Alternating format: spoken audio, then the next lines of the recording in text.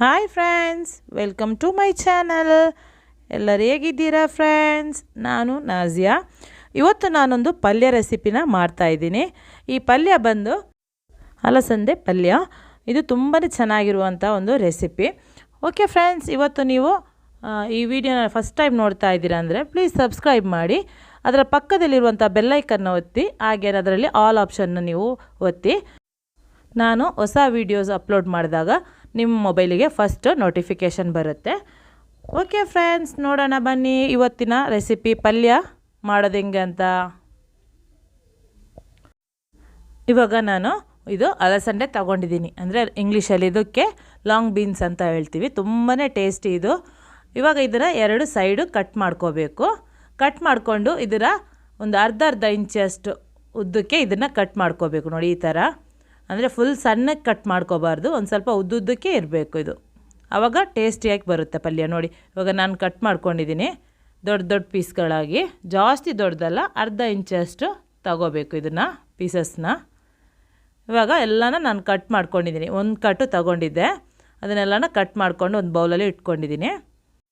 ಇವಾಗ ನಾನು gas on ಮಾಡಿಕೊಂಡು ಇದಕ್ಕೆ ಒಂದು ಕಡಾಯಿನ ಇಡ್ತಾಯಿದ್ದೀನಿ, ಬಾಣಲೆನ ಇಟ್ಕೊಂಡು ಇದಕ್ಕೆ ಒಂದು 5ರಿಂದ 6 ಸ್ಪೂನಷ್ಟು ನಾನಿವಾಗ ಕೋಕೋನಟ್ ಆಯಿಲ್ನ ಯೂಸ್ ಮಾಡ್ತಾಯಿದ್ದೀನಿ. ನೀವು ಕೋಕೋನಟ್ ಆಯಿಲಲ್ಲಿ ಮಾಡಿಕೊಂಡ್ರೆ ಟೇಸ್ಟ್ ಚೆನ್ನಾಗಿ ಬರುತ್ತೆ. ಆಮೇಲೆ ಇದಕ್ಕೆ 1 ಸ್ಪೂನಷ್ಟು ನಾನು ಸಾಸಿವೆ, ಆಮೇಲೆ 1 ಸ್ಪೂನಷ್ಟು ನಾನು ಜೀರನ ಹಾಕ್ಕೊಂಡು ಒಂದು ಸ್ವಲ್ಪ ಬಿಸಿ ಮಾಡ್ತಾಯಿದ್ದೀನಿ.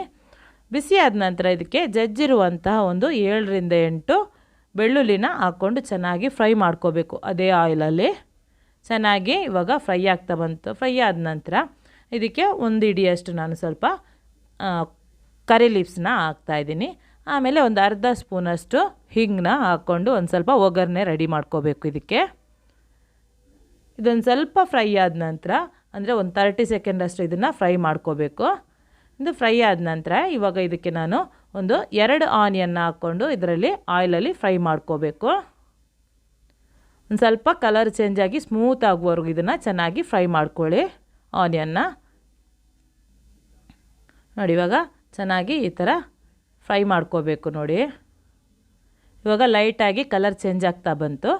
ಇವಾಗ ನಾನು ಇದಕ್ಕೆ ಒಂದು 4 ಗ್ರೀನ್ ಚಿಲ್ಲೀಸ್ನ ಹಾಕ್ಕೊಂಡಿದ್ದೀನಿ. ಆಮೇಲೆ ಒಂದು 2 ಟೊಮೆಟೊನ ಕಟ್ ಮಾಡಿಕೊಂಡು ಹಾಕ್ಕೊಂಡು ಚೆನ್ನಾಗಿ ಇದನ್ನು ಫ್ರೈ ಮಾಡ್ಕೋಬೇಕು. ಒಂದು ಸ್ವಲ್ಪ ಟೊಮೆಟೊ ಆಮೇಲೆ ಆನಿಯನ್ ಎಲ್ಲ ಫುಲ್ಲು ಸ್ಮೂತ್ ಆಗೋವರೆಗೂ ಇದನ್ನು ಚೆನ್ನಾಗಿ ಫ್ರೈ ಮಾಡ್ಕೊಳ್ಳಿ. ಇವಾಗ ಚೆನ್ನಾಗಿ ಇದು ಫ್ರೈ ಆಗ್ತಾ ಬಂತು. ನೋಡಿ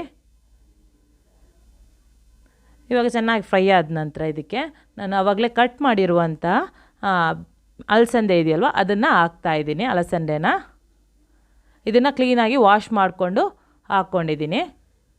ಇದನ್ನು ಒಂದು ಸಲ ಈ ಥರ ಚೆನ್ನಾಗಿ ಮಿಕ್ಸ್ ಮಾಡ್ಕೋಬೇಕು. ತುಂಬಾ ಈಸಿ ಈ ರೆಸಿಪಿ, ತುಂಬಾ ಚೆನ್ನಾಗಿರುತ್ತೆ, ಟೇಸ್ಟಿ ಕೂಡ. ಇದನ್ನು ಒಂದು 5 ನಿಮಿಷದಲ್ಲೇ ನೀವು ರೆಡಿ ಮಾಡ್ಕೋಬೋದು, ಅಷ್ಟು ಬೇಗನೆ ಆಗುತ್ತೆ ಇದು.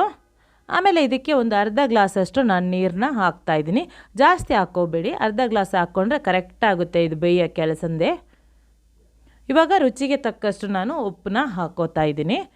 ಹಾಕ್ಕೊಂಡು ಇದನ್ನು ಮುಚ್ಚಿ ಬೇಯೋಕ್ಕೆ ಬಿಡ್ತಾಯಿದ್ದೀನಿ. ಚೆನ್ನಾಗಿ ಮಿಕ್ಸ್ ಮಾಡಿಕೊಂಡು ಇವಾಗ ಒಂದು 10 ನಿಮಿಷ ಬೇಯಬೇಕು. 10 ನಿಮಿಷದಲ್ಲಿ ಬೆಂದರೆ ಇದು ಕರೆಕ್ಟಾಗಿ ಬೆಂದಿರುತ್ತೆ. ಇವಾಗ ನೋಡಿ 10 ನಿಮಿಷ ಆದ ನಂತರ ಓಪನ್ ಮಾಡಿದ ನಂತರ ನೋಡಿ ಇದು ಕಲರು ಚೇಂಜ್ ಆಗುತ್ತೆ ಅಲಸಂದೆ. ನೋಡಿ ಇವಾಗ ಕೈಯಲ್ಲಿ ಈ ಥರ ಸ್ಮ್ಯಾಶ್ ಮಾಡಿದಾಗ ಅದು ಚೆನ್ನಾಗಿ ಸ್ಮ್ಯಾಶ್ ಆಗಬೇಕು. ಅದುವರೆಗೂ ಇದನ್ನು ಚೆನ್ನಾಗಿ ಬೇಯಿಸ್ಕೋಬೇಕು. ಇದು 10 ನಿಮಿಷದಲ್ಲಿ ರೆಡಿ ಆಗುತ್ತೆ. ಇವಾಗ ಇದು ಚೆನ್ನಾಗಿ ಬೆಂದ ನಂತರ ಇದಕ್ಕೆ ಏನು ಮಾಡಬೇಕಂದ್ರೆ ಒಂದು ಅರ್ಧ ಕಾಯಿನ ನಾನಿವಾಗ ತುರಿದಿರುವಂಥ ಕಾಯಿನ ಹಾಕ್ಕೊಂಡಿದ್ದೀನಿ. ಹಾಕ್ಕೊಂಡು ಚೆನ್ನಾಗಿ ಇದನ್ನು ಮಿಕ್ಸ್ ಮಾಡ್ಕೋಬೇಕು. ಆಮೇಲೆ ನಾವು ನೀರು ಹಾಕ್ಕೊಂಡಿದ್ದೀವಲ್ವ, ಆ ನೀರೆಲ್ಲ ಫುಲ್ಲು ಡ್ರೈ ಆಗಬೇಕು. ಈ ಪಲ್ಯ ಮಾಡ್ಕೋಬೇಕಂದ್ರೆ ನೀರಿನ ಅಂಶ ಒಂದು ಸ್ವಲ್ಪನೂ ಇರಬಾರ್ದು. ಇವಾಗ ನೋಡಿ ಚೆನ್ನಾಗಿ ಮಿಕ್ಸ್ ಆದ ನಂತರ ನೋಡಿ ಎಲ್ಲ ಬಿಡಿ ಬಿಡಿಯಾಗಿರುವಂಥ ಪಲ್ಯ ರೆಡಿ ಆಯಿತು. ತುಂಬಾ ಟೇಸ್ಟಿಯಾಗಿ ನೀವು ಮನೆಯಲ್ಲಿ ರೆಡಿ ಮಾಡ್ಕೋಬೋದು. ಇದು ತುಂಬಾ ಚೆನ್ನಾಗಿರುತ್ತೆ. ಈ ರೆಸಿಪಿನ ಬಂದು ಅನ್ನ ಜೊತೆ, ಅಂದರೆ ಗಂಜಿ ಆಮೇಲೆ ಚಪಾತಿಗೆಲ್ಲ ತುಂಬಾ ಚೆನ್ನಾಗಿರುತ್ತೆ. ಈ ರೆಸಿಪಿನ ಪಲ್ಯನ ನೀವು ಮನೆಯಲ್ಲಿ ಒಂದು ಸಲ ಟ್ರೈ ಮಾಡಿ ಫ್ರೆಂಡ್ಸ್. ಟ್ರೈ ಮಾಡಿ ಹೆಂಗಾಯಿತು ಅಂತ ನನಗೆ ಕಮೆಂಟ್ ಮೂಲಕ ಒಂದು ಕಮೆಂಟ್ ಹಾಕಿ. ಹಾಗೆಯೇ ಈ ವಿಡಿಯೋಗೊಂದು ಲೈಕ್ ಕೊಡೋದಂತೂ ಮರಿಬೇಡಿ ಫ್ರೆಂಡ್ಸ್. ಈ ವಿಡಿಯೋನ ಫ್ಯಾಮಿಲಿ, ಫ್ರೆಂಡ್ಸಿಗೆ, ರಿಲೇಟಿವ್ಸ್ಗೆ ಎಲ್ಲರಿಗೂ ಶೇರ್ ಮಾಡಿ. ನೆಕ್ಸ್ಟ್ ಹೊಸ ರೆಸಿಪಿಯೊಂದಿಗೆ ಹೊಸ ವಿಡಿಯೋ ಜೊತೆ ಬರ್ತೀನಿ. ಬಾಯ್.